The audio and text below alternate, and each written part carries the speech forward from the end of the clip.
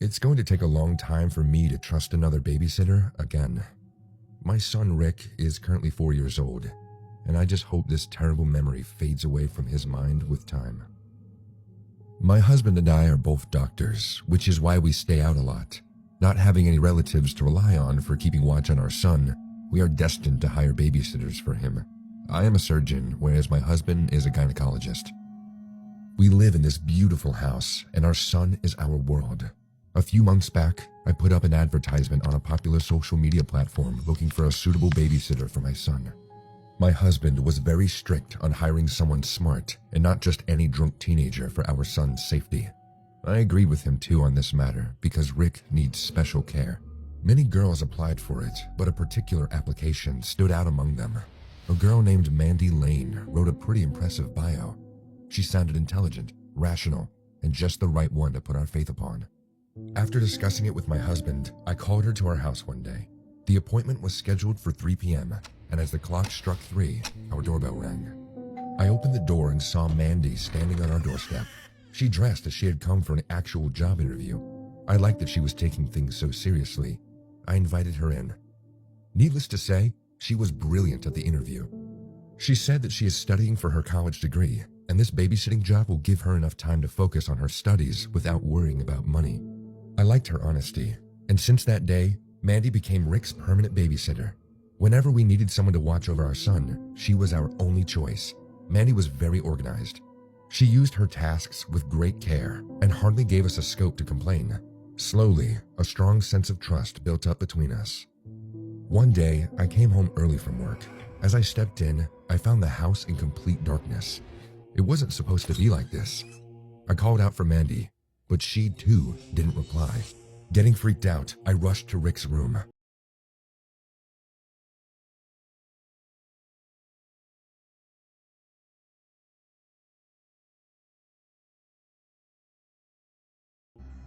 Mandy, what is going on? Shh, you will wake him up. She completely ignored my presence and then placed sleeping Rick on the bed. We came out of his room and she smiled at me as if nothing happened. She then switched on all the house lights and I was stunned to see her perfectly calm behavior. Why was my son sleeping on your lap? He's not a newborn. Relax, Mrs. Claire. He's just a kid. He fell asleep while listening to stories and I didn't want to wake him. No matter how weird it felt to me, there was nothing I could say to Mandy. When my husband came home and I explained the incident to him, he too took it quite lightly. But since that day, a lot of things have started to take a weird turn. I was cleaning Rick's room when I found a photograph under his pillow. My husband and I were sitting on the couch holding Rick on our lap when he was a year old. Everything was normal in the photo, except my face. My face was replaced with Mandy's face, which she took from her picture and pasted over mine.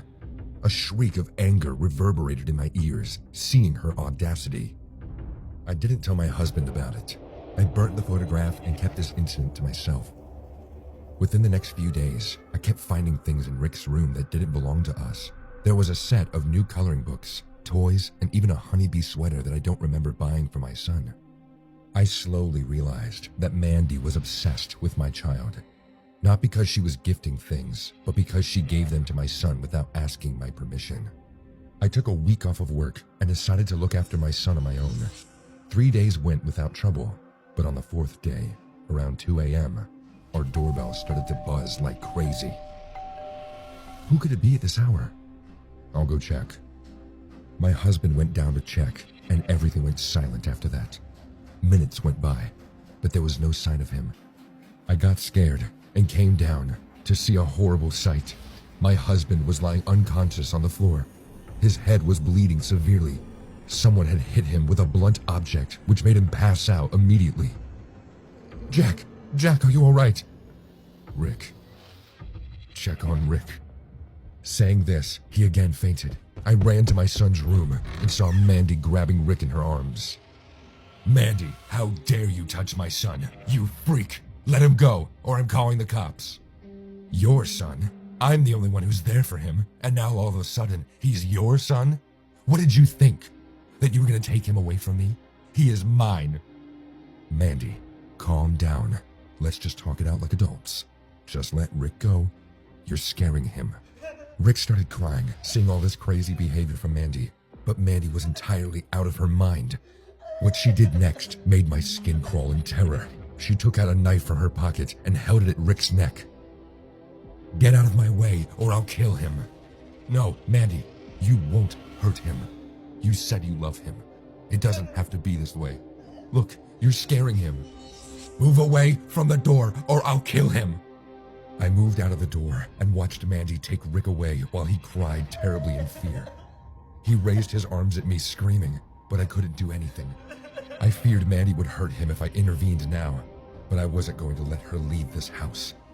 As soon as Mandy walked to the stairs and put Rick down to walk away, I jumped and pulled my son away from her. Before she could contemplate on this, I pushed her down the stairs with all my strength. Mandy let out one last scream, and her neck broke like a twig, hitting the edge of the stairs. Then her senseless body rolled down to the living room. My husband got up, holding his bleeding head, and I realized what a massacre I had done.